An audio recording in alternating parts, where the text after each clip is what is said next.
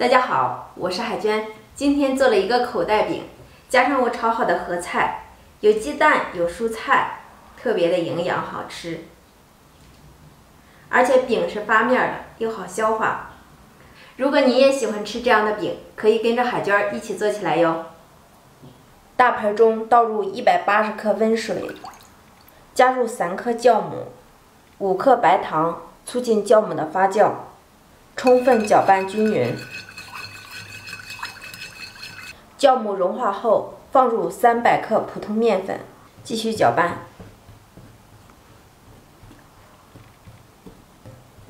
搅拌至没有过多的干面粉的面絮状，下手揉成团儿，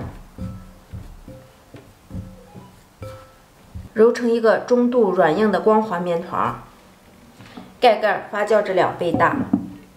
接下来调制一个油酥，碗中加入2小勺面粉，放少许的五香粉，少许的盐，倒入刚刚烧好的热油，搅拌均匀，晾凉备用。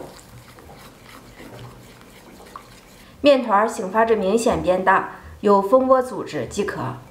取出醒发好的面团，搓揉拍干净里面的空气。揉好的面团直接搓成长条状，下成大小均等的面剂，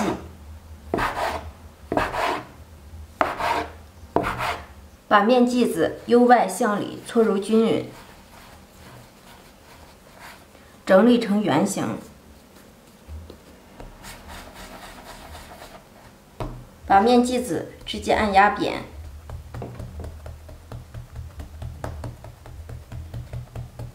放上1勺我们调制好的油酥，然后像包包子一样给它封口。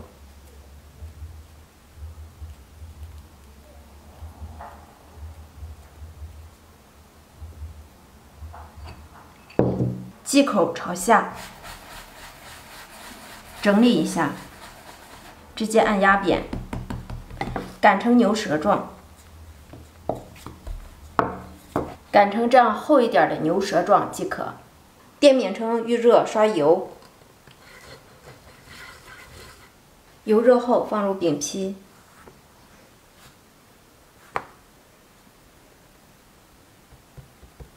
饼坯的表面也刷一层薄油，锁住里面的水分。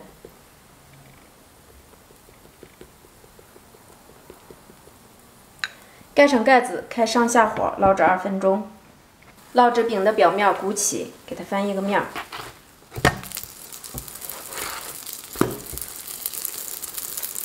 盖上盖子，继续捞，捞至底部呈金黄色，给它翻面。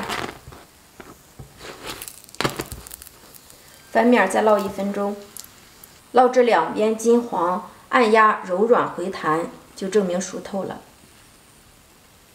可以出锅了。